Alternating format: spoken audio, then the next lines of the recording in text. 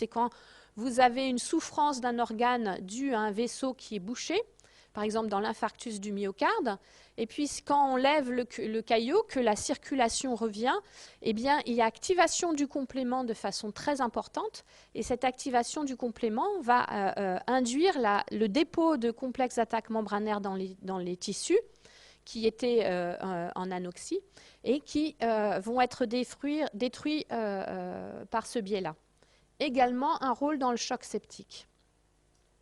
Tout ça pour vous faire le lien avec ce problème qui est l'induction de l'inflammation via le complément. Donc vous avez vu qu'on est parti C3, on a les C3 convertases qui vont produire du C3b, et ce C3b peut interagir avec des récepteurs qui sont présents à la surface, notamment des polynucléaires neutrophiles, et ceux-ci vont être activés et vont relarguer des ions superoxydes, vont relarguer toutes leurs enzymes dans le milieu et dans les tissus. Ces deux molécules, C3A et C5A, sont des petites molécules à propriété anaphylatoxique. Je vous l'ai dit depuis le début de ce cours. En fait, cette propriété se fait grâce à des récepteurs spécifiques, C3AR et C5AR, qui sont au nombre de 2 chez l'humain. Et ces deux récepteurs sont présents à la surface des polynucléaires neutrophiles, des monocytes, des macrophages, des lymphocytes T et des lymphocytes B. Et donc, c'est par le biais de ces récepteurs que ces 5A et ces 3A vont pouvoir avoir leur activité chimio-attractante. Donc, elles vont faire venir sur le site, par ce gradient dont on a parlé pour permettre le chimio-attractisme, et vont faire venir les cellules inflammatoires sur le site. Ces cellules vont arriver sur le site et s'il y a une grosse concentration de ces molécules, il va y avoir activation encore plus et elles vont produire des cytokines inflammatoires qu'on a vu la semaine dernière. Et puis, bien sûr, elles vont participer à l'activation des plaquettes et des cellules endothéliales. Ce qui a pour objectif initial, c'est de permettre de faciliter la diapédèse et donc tout ça pour le recrutement sur le site de toutes ces cellules.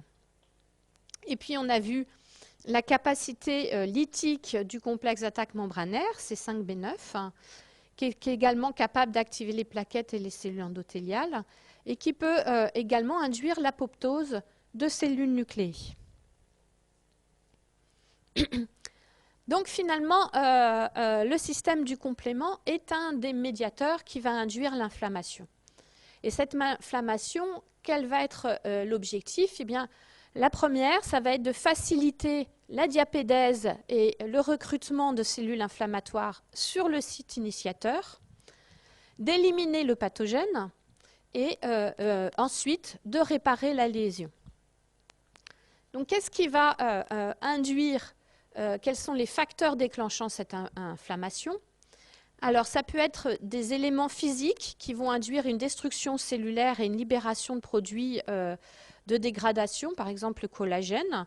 Et vous vous souvenez que ça fait partie des Danger Associated Molecular Patterns. Eh bien, par exemple, la chaleur, si vous vous brûlez, eh bien, il y a une induction d'inflammation puisqu'il y a une destruction cellulaire.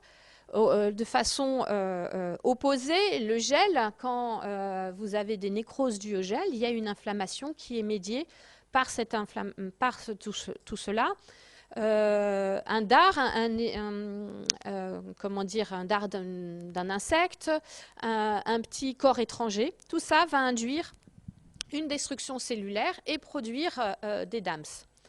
Et puis, vous avez les molécules issues de pathogènes bactériens, viraux, fongiques, donc à nouveau, les pathogènes associated molecular patterns. Et puis, des composés issus de la réaction immunitaire. On a vu déjà les cytokines, les complexes humains. Tout ça vont déclencher une inflammation. Les facteurs initiateurs de l'inflammation sont de 2 ordres.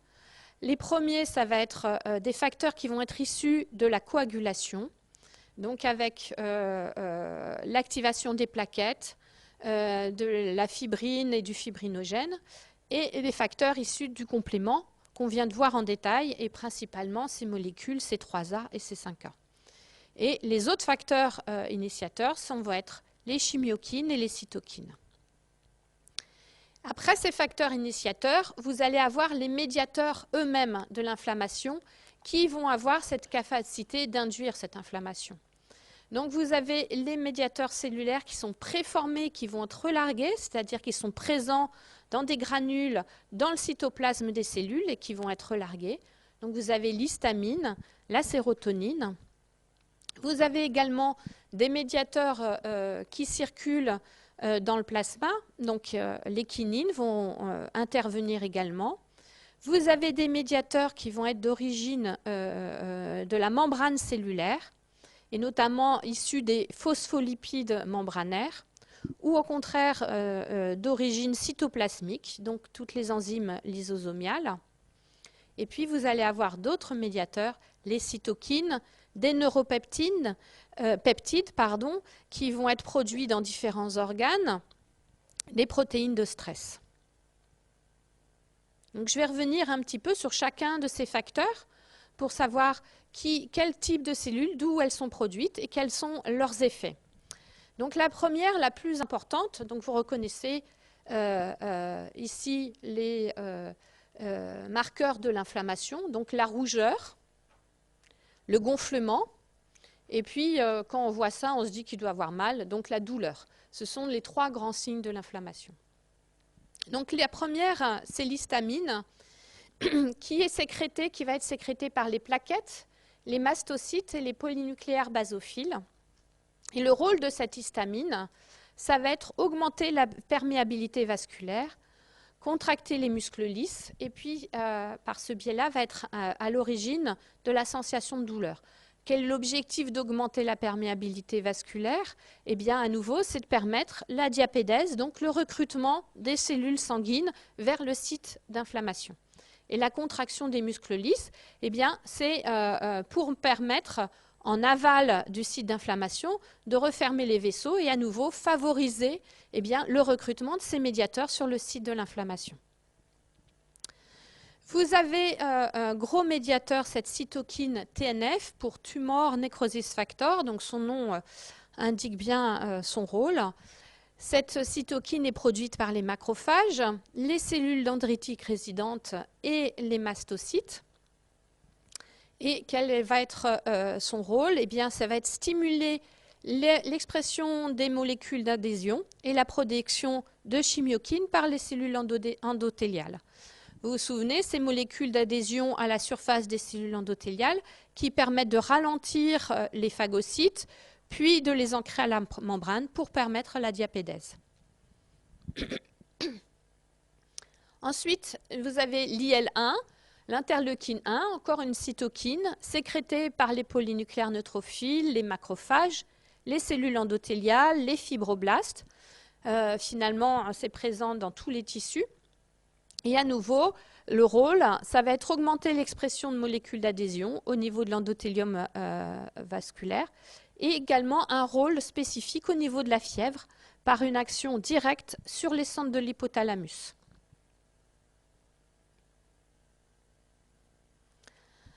Ensuite, nous avons toute la famille des chimiokines qui sont des petites cytokines qui sont impliquées dans la migration cellulaire. C'est elles qui vont orienter ces cellules. Et il y en a environ une trentaine. Elles sont sécrétées par de nombreuses cellules qui sont donc après stimulation par les signaux de danger. Donc trois les plus importantes au niveau de l'inflammation, ça va être MCP1, l'IL-8, l'IP10. Et en fait, il y a une trentaine de molécules qui sont classées sous 4 familles avec 2 plus importantes.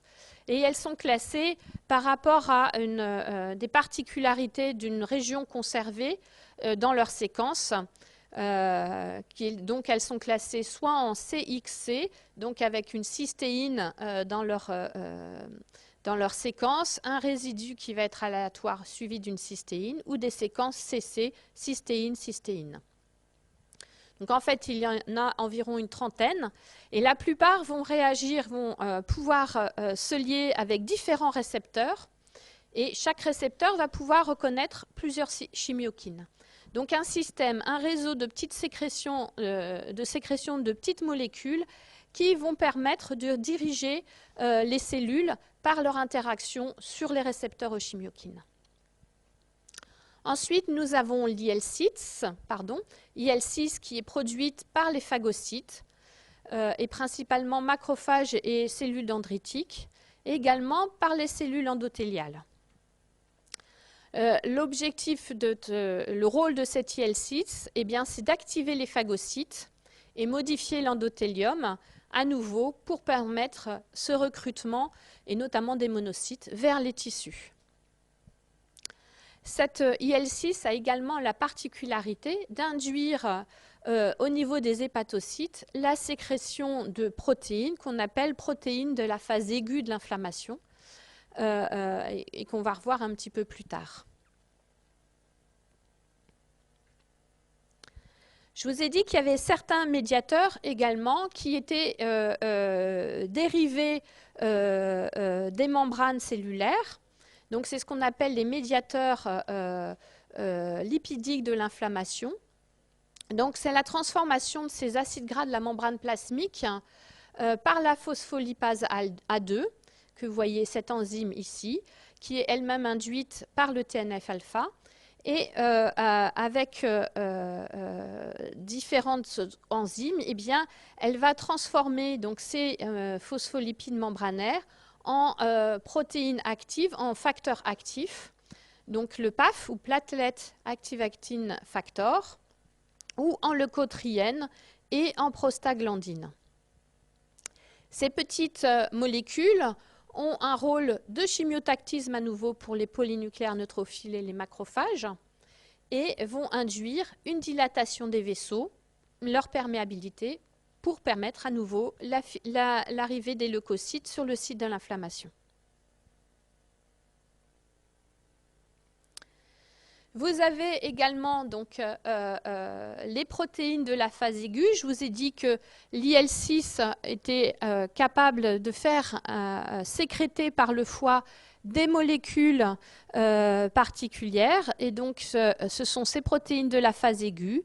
Nous avons la C-réactive protéine ou la sérum amyloïde P, qui sont des opsonines également, donc, qui ont la capacité de se fixer sur les surfaces des pathogènes. La CRP est produite très rapidement en réponse à l'IL6 et c'est un dosage très très utile pour faire un diagnostic d'inflammation et d'infection, puisque c'est un dosage qu'on va faire si on suspecte ce type de pathologie. Nous avons également le système de kinine, qui est un système cette fois-ci plasmatique, donc avec une principale molécule qui est la bradykinine, qui fait suite à l'activation du facteur Hman du système de la coagulation. Et là, vous voyez le lien entre tous ces systèmes, complément et implication ici du système de la coagulation pour induire cette inflammation. La bradykinine est un vasoactif très puissant. À nouveau, il va permettre la dilatation des vénules, la rougeur, et l'augmentation de la perméabilité vasculaire et de la contraction locale des muscles lisses. Et puis les choses vont se poursuivre avec toutes les enzymes et le système de la plasmine qui va avoir un rôle dans le remodelage tissulaire. Et ce remodelage va permettre la guérison, la restitution du tissu à l'état initial après résolution de l'infection. Donc ce sont des noms que vous allez revoir en cours sur la coagulation dans ce module. Donc ce petit tableau vous récapitule un petit peu tout le rôle de tous ces médiateurs avec leurs principales fonctions. Donc l'augmentation de la perméabilité membranaire, la vasoconstriction d'aval qui permet de recruter sur le site, la contraction des muscles lisses des petits vaisseaux, l'augmentation de l'adhésivité des phagocytes aux cellules endothéliales, la prolifération des cellules souches médulaires, qui est importante puisque ça va permettre de continuer à produire des polynucléaires neutrophiles et pouvoir continuer à lutter contre l'infection. Toutes les molécules du chimiotactisme cellulaire, les protéines issues des relargages qui vont induire le relargage des médiateurs des lysozymes intracytoplasmiques, les molécules qui vont permettre de produire les radicaux oxygénés, qui vont permettre la phagocytose, qui vont permettre d'organiser la réponse cellulaire au niveau du site, et puis également les médiateurs de la fièvre et de la douleur. Donc, vous avez sur ce schéma l'ensemble des données qui interviennent au niveau de l'inflammation et donc l'ensemble des médiateurs et puis leur rôle. Et vous avez vu que tout ça se passe donc sans reconnaissance du système d'initiation, mais par contre, via le système du complément et via les cytokines qui sont produites, eh bien, il va y avoir mise en place de la base pour permettre une réponse adaptative, également avec l'intervention de la cellule dendritique dont vous entendrez parler plus tard. Voilà, donc je vais m'arrêter là. Et puis, si vous avez des questions, je suis à votre disposition.